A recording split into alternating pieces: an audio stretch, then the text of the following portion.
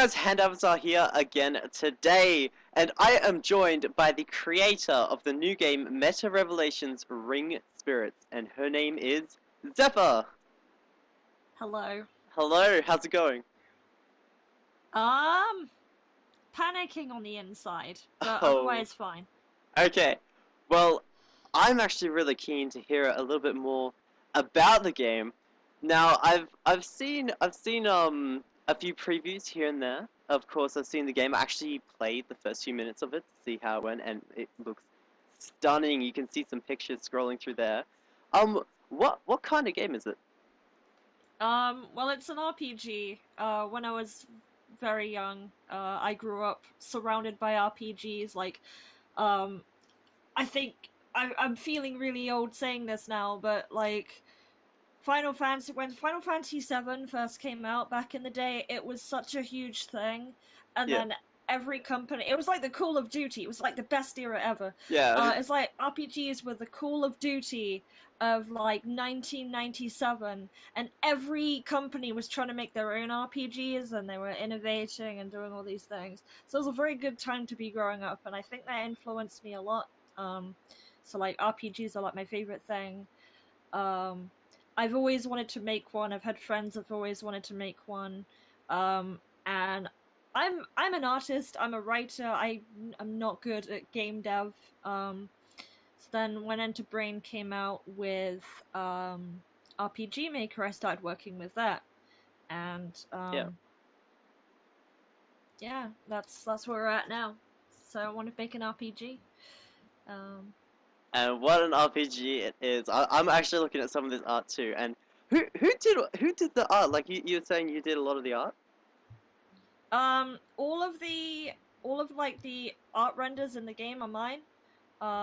Very recently, I did some promo artwork commissions Yeah. towards Dahlia Wilder and R8 Creations, and but those don't feature in the game. I specifically said that they were just for promo art. So pretty much all the art you're seeing in game, besides maybe like default assets, is my doing. Awesome. And I'm sorry, I forgot to mention at the start as well, is this game is actually accepted by Steam as well. That's where it's been released. So if you guys want to find it, it's been released, was it the 9th of May for you and the 10th of May for me. So depends a bit on your time zone. But it's been released for free on Steam. So you guys have no excuses. You got to go across and try it out when it comes out. And really quickly, I'm actually just going to call out a few YouTubers. Because I want to see you guys do some playthroughs of this Twilight Wolf. Was up 229, Cleef 101, you guys, just to name a few. But also, I've been wondering about the playstyle. Is it kind of like a turn-based kind of thing, or how's that It go? is turn-based, yeah. It's very story heavy. Yeah, I'd say people who don't like that the old age of sitting through lots of cutscenes, them might not like the game too much. But at the end of the day, one of the big things I wanted to do was tell a story, and I want to shout out here to Kangal, because back in the day he was working on a game called Quintessence, which was never finished. But you yeah. might know Kangao for To the Moon. Have you heard of To the Moon? I haven't personally. I haven't been too much on the computer, so Someone is going to know what I'm talking about. But yeah. To the Moon, it's actually getting a movie now. Oh, Of all really? things, it's getting a movie. But Kangao made a game in RPG Maker called Quintessence, and he also made To the Moon, which I actually haven't personally played, but it's very good. And the things he did in RPG Maker are absolutely stunning, and it just kind of opened my eyes a bit to the type of things you could do with it. Yeah. And I feel like that really inspired me, because when I was very young, I was coming up with stories and stuff. Didn't have access to the internet or a PC all the time necessarily, so a lot of my free time not doing homework or whatever was just like drawing these characters or writing about them, and Yeah. some of them have changed a lot, but it was kind of me just trying to get something finished and made, Yeah. because I feel like um, I want something that lasts longer than me. It's like, oh, if I die tomorrow, then I've got something out on the internet that people can still play, and that's Yeah, like yeah. my proof of being around and creating something. So, it's gonna go super cringe here, but it's a little bit of immortality. Hey, well, it's true, it's true, because hopefully it will build up community and it will just like kind of grow and grow, fan base wise and everything, and like people will find it. Um, I but also, I have had fan art already of the game, yeah, and I'm like, I've been oh seeing that, and it's absolutely amazing. my god. Can I just ask as Yeah. well? I just saw on this picture in front of me right now. You have different like stats as well. Do you get like different equipment, abilities, and stuff, or? All the characters get different equipment. So the starting party that you have is a group of sailors pretty much, and you have one crusader as well that's helping them along the way. He's called Lawrence, Yep. and that's kind of a the prologue is kind of a sampler to what type of abilities you can use. So in the beginning of the game, your character usually starts at level 1, and you have like no skills to play with, and that Yeah. doesn't really like give you a sample of what's going on. Um, One game that you've probably not heard of, but someone will probably recognize. Trails of Cold Steel does this very well. At the very beginning of the narrative, they thrust you halfway through the game. All the characters have their abilities unlocked. You can use all of them. It lets you play around a bit. Um, so it gives you a little bit of something to work with at the beginning, just to get a feel for it before you're thrust into this level 1 category where you Yeah. got, oh, I got no abilities, what do I do? So yeah. Nice. Also, so do you have other characters with you? Like, can those characters change throughout the game? Like, do you get to pick who's with you, or how does that work? Okay, so after chapter 1 onwards, you get mostly a fixed party of 4. There are guest characters. I can't spoil who they are because Oh. some of them are very plot important. Yeah, yeah. I can't talk about them. You have to keep playing and find out. Um, but there are situations where you will be playing as other characters. Unfortunately, about 100% of those situations are massive spoilers, and I can't talk about them. But trust me, you can do that. Yeah. Are there different classes that you can like kind of get with you or yourself as well? So the main party kind of fulfill their own role each. So things like Final Fantasy X, there was Auron in that game, and he had like this big sword, and his ability was to cleave armor. So I have a character in my game called Alan Karas. He's the older brother to Karas, who's also a party member. Yeah. And he has this big weapon, it's called the Blood Moon.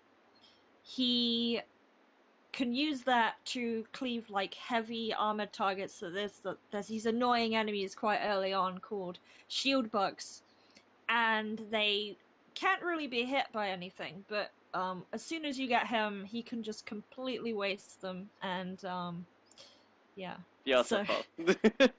they do have roles, and yeah, there are a few of the like annoying enemies as well. It's not just hit attack to win. In fact, there's an enemy Yeah. quite late in the game where you can't run from it.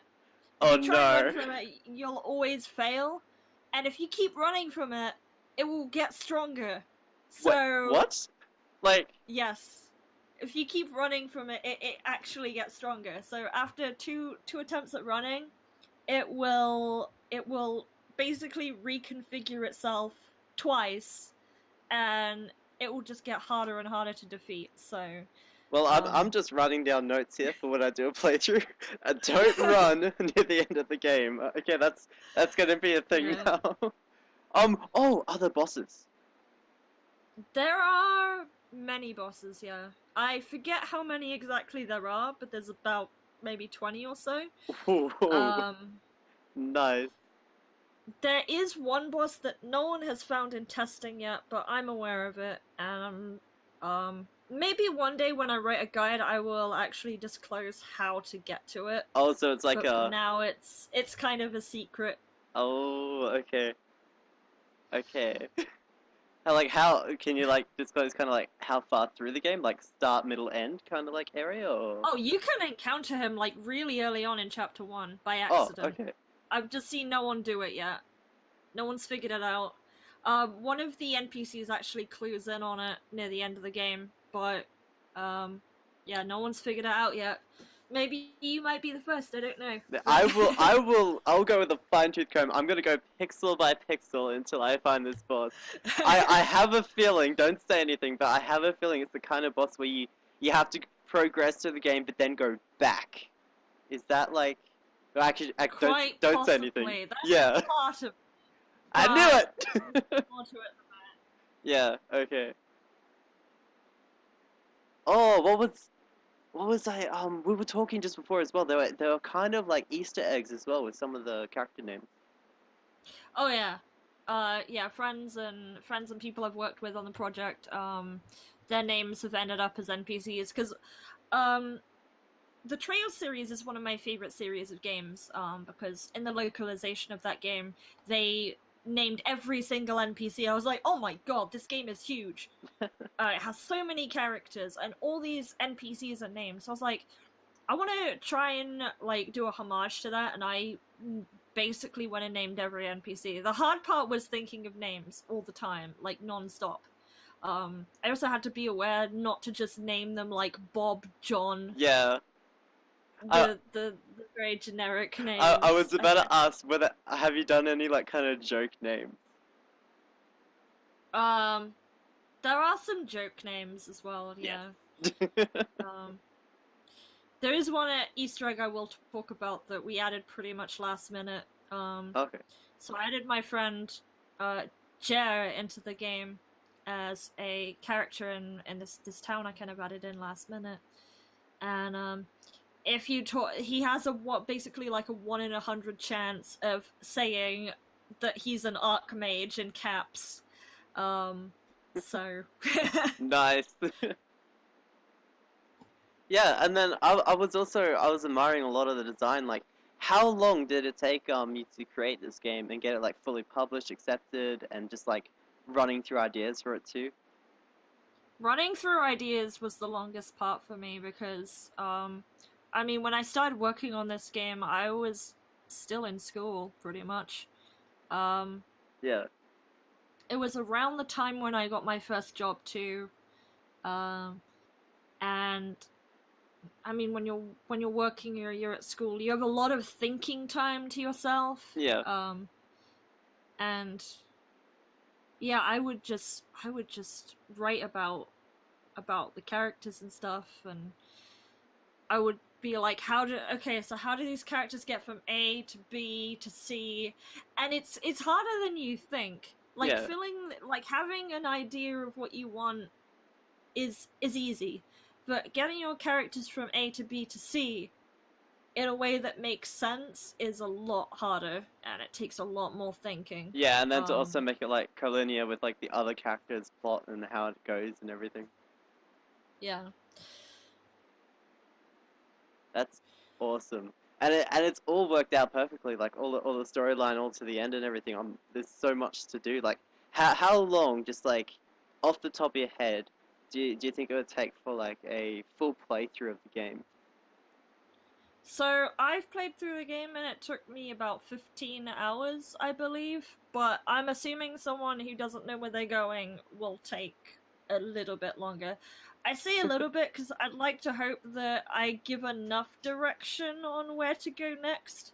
I had one fellow that was like, I have no idea what I'm doing next, so I had to rework a lot of the game, and I added the journal into the menu as well. Yeah. So you do have some kind of idea of where you're going, because I know that personally with me, if I stop playing an RPG and I shut it down and I don't pick it up again for about 6 months and I load it up again, the hardest point for me to get back into a game is not knowing where I'm supposed to be going.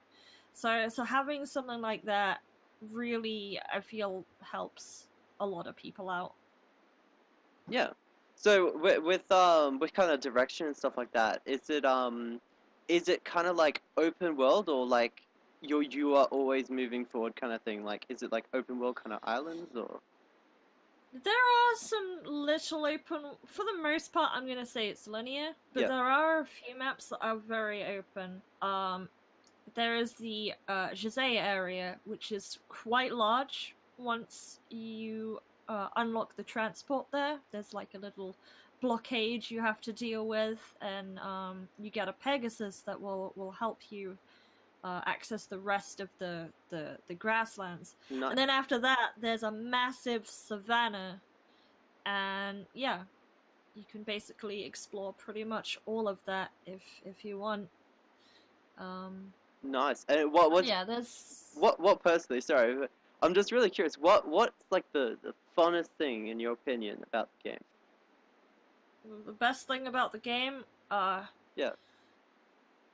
Are you talking from a gameplay perspective or a narrative perspective? Yes. No, but like Yes. enjoyment, like playing through the game. What do you enjoy most about it? I'm hoping, I'm gonna say this from a point of view of someone who's playing it. I'm hoping that whoever decides to play through it finds that the most enjoyable aspect is the story. Because, I feel like of all things I, executed in this game, like, I don't think I'm very good at game mechanics. I'm hoping that people at least enjoy the story or remember it in some way, or at least it reminds them of a time when we had like lots of RPGs to play. Yeah. Do you want to give them like a quick little kind of quick little bit of like plot kind of storyline kind of to get them enticed? Okay, so without spoiling too much, how is the best way I should put this? Okay, so basically how I described it on my Steam page is from chapter 1, it's the prologue you're experiencing right now. I'm not quite sure how far through the prologue you are. A boy named Riley Rain lives on the mountains for most of his life. He doesn't know much about his past besides the fact that this cat creature brought him there, and most of the village pretty much raised him. It's a small kind of tight-knit hamlet, and his day is basically changed when a girl falls from the sky. There's a massive comet that falls at the base of the mountains, which causes him to descend, and by doing so, it unfurls this yarn of this evil empire and everything. It sounds really cliche when I explain it like that. Yeah, it sounds awesome. Like I'm so keen to play through this now. There is a lot of like sudden turns to the plot. I can't explain it without ruining it, but there's some turns to the plot about who this boy is. Finding out who this boy is, I feel like I'm hoping is one of the hooks. But the other one is finding out about the girl, about her brother that you eventually meet, and about how the main character eventually like ties into the plot, because his biggest the biggest thing is it's just this guy and these two people that are like chosen for this thing, and he feels so insignificant. It's basically a main character that is in the grand scheme of things is just insignificant, and he eventually finds kind of his advantage, I guess. And I'm hoping that's what the pull will be. That sounds amazing. And yeah, that sounds like a really good kind of like story, like background for a hero. Like, is he kind of like a hero in this story? Oh, I don't know if I can answer that because that's spoilers. Okay, never mind. We are gonna just go to a different one. I'm just gonna like almost kind of finish off with saying, like, because quite a few people are wondering from like some of these pictures and stuff. So there's a lot of like mythical creatures in the RPG too. So it's like fantasy, but like, how do they kind of play their part? Okay, so I don't know if this is obvious, but when I was young, I was very into like creature art and all that kind of things. I couldn't draw people for the longest time. I kind of can I now. know what you mean. Yeah, But I'm still like predominantly like a landscape and creature artist, and I came up with these when I was coming up with this universe. I was trying to think about how could a random bunch of people like contest against a big god? Like that never makes sense to me in RPGs. I love them. I absolutely love RPGs, and I will continue playing games with nonsensical stories like that. But how does a band of regular old Joes deal with, like, a god or something? So my solution to that was to have... Okay, so the world is, like, governed by two big sovereigns. These are basically untouchable. You got Lord Blood, who's the Satan. Yep. You got Lady Xanta, who's basically the good god, I guess. And they're just, like, eternally in conflict with each other.